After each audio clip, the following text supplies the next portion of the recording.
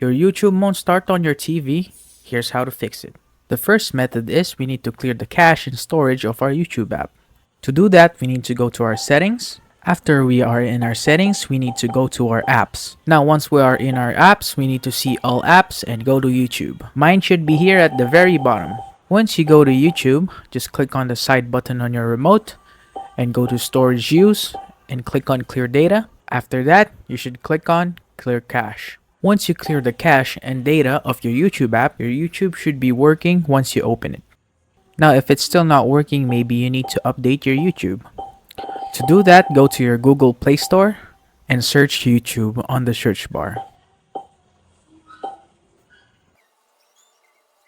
Results for YouTube. Once you see the YouTube app, just click on it, and if your YouTube is not updated, you should see an update button next to the uninstall button. If you see an update button, just click it, wait for YouTube to update, and that should fix your problem. So that's how you fix the problem where YouTube is not supported on your device.